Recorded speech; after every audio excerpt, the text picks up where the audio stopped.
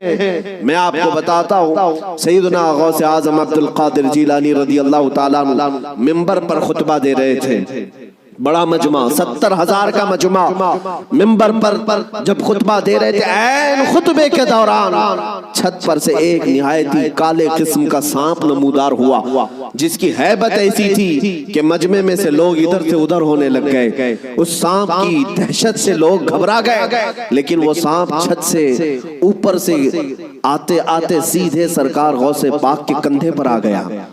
غوث پاک کے کندھے پر آ گئے، نہایت ہی کالے قسم کا زہریلا سانپ، جس کو دیکھ کر مجمع منتشر ہو رہا۔ غوث پاک خطبے میں مصروف ہیں، اور اس کے بعد وہ سانپ آپ کے گردن سے آپ کے جبے میں داخل ہوا، آستین میں گیا، سینے پر آیا، دوسرے آستین میں گیا، گردن میں آیا، اس کے بعد تھوڑی دیر کے بعد وہ واپس ادھر ہی گیا۔ غوث پاک کے ایک جملے میں بھی لغزش نہیں ہے، خطبہ جس طرح چل رہا تھا اسی طرح چلتا رہا۔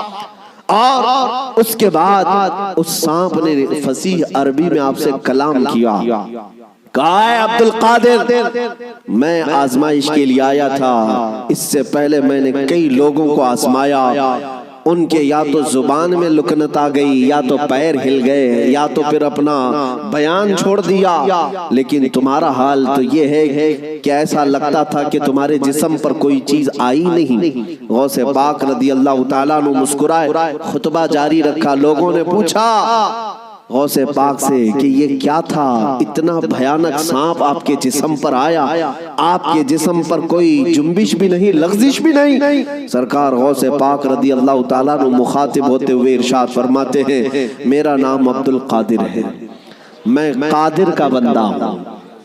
کس کا بندہ؟ قادر کا بندہ، قدرت پر یقین رکھتا ہوں۔ مجھے اس بات پر یقین تھا کہ اگر میری موت آنی ہے تو اس سانپ کے ذریعے سے آ جائے گی، میرے ہلنے سے بچنے سے میں بچ نہیں سکوں گا، اور اگر میری موت نہ آنا ہو تو اس طرح کے سینکڑوں سانپ بھی میرے جسم کا کچھ نہیں کر سکتے۔ موت و حیات کی قدرت صرف میرے رب ذوالجلال کے پاس ہے۔ میں اسی یقین کے ساتھ خطبے میں مصروف رہا، وہ تو امتحان تھا، ٹل گیا۔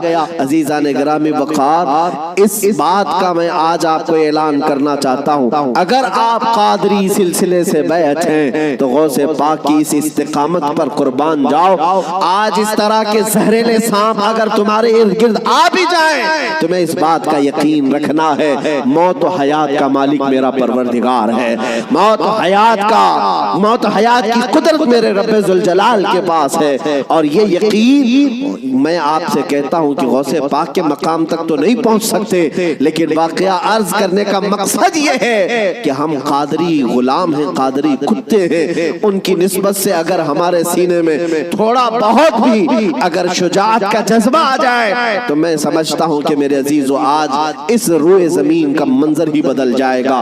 لوگ دیکھ چکے تمہیں ڈرا کر کے، دھمکا کر کے، انہیں یہ اندازہ ہو گیا ہے کہ یہ تھوڑے پیسوں میں بک جاتے ہیں، یا خوف سے تھر تھراتے ہیں، ڈر کر کے بھاگ جاتے ہیں، اس لیے دنیا تمہیں ڈراتی ہے، دھمکاتی ہے۔ لیکن جس دن تمہارے قدم ڈگمگانے سے رہ گئے، میں یقین کے ساتھ کہتا ہوں بجلیاں آئیں گی، طوفان آئیں گے، لیکن تمہارا کچھ نہیں ہو سکے گا۔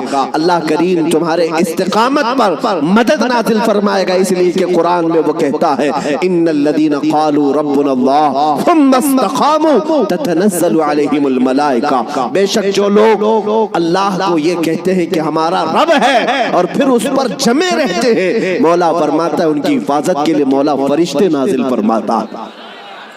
جمے رہنا، استقامت، ڈٹے رہنا، یہ آج تمہاری ضرورت ہے میرے عزیزوں۔ طوفان آئیں گے، آندھیاں آئیں گی، لیکن یہ نہیں ہے کہ تم میدان چھوڑ کر بھاگ جاؤ۔ دیکھو موت تو آنی ہے، کسی ہاسپٹل کے بیڈ پر آئے گی یا گھر کی چٹائی پر آئے گی، کہیں نہ کہیں آنا ہے، یا کسی حادثے میں یا کسی بیماری میں۔ لیکن اگر قسمت سے موت اس حال میں آئے کہ میں میرے نبی کا پرچم بلند کر رہا ہوں، نبی پاک کی عزت کی بات کر رہا ہوں، اور اگر اس حال میں موت آئے تو اس موت کا کیا کہنا؟ میرے عزیزوں، بزرگوں نے فرمایا جو ناموس رسالت پر مر جاتا ہے، روح نکلنے سے پہلے وہ اپنے سرانے پر مصطفیٰ کریم کا دیدار بھی کرتا ہے، نبی پاک صلی اللہ تعالیٰ علیہ وسلم کا دیدار کرے گا۔